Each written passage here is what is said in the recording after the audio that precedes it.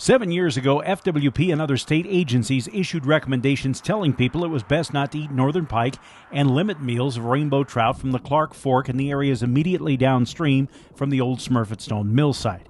Now, based on new test results, that advisory is expanding to include all fish species for a 148-mile stretch from the Bitterroot confluence below Missoula all the way to the Flathead River at Paradise. When the mill was originally, shut down and proposed for listing, I should say, we did some sampling back in 2013, and it was just in a site, surrounding Frenchtown, essentially. With the new results, we're at kind of an avoid advisory for northern pike and rainbow trout, and because we didn't sample other species, but they're in the same area, they're eating similar food and have similar life histories.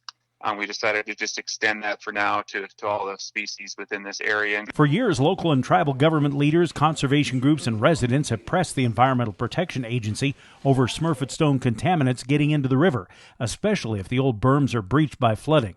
Selch says today's order isn't tied to a single source, but the state feels the precaution is the best step. None of this source assessment has been done yet. We don't know exactly where all these contaminants are coming from. Obviously, we're looking for stuff that's consistent with the pulp and paper mill operations, but at this time, fish consumption guidance is basically just saying, here's what we found in the fish, and here's what we recommend for consumption. The standards are based on the buildup of contaminants in the tissues of the fish and in humans over a lifetime of consumption.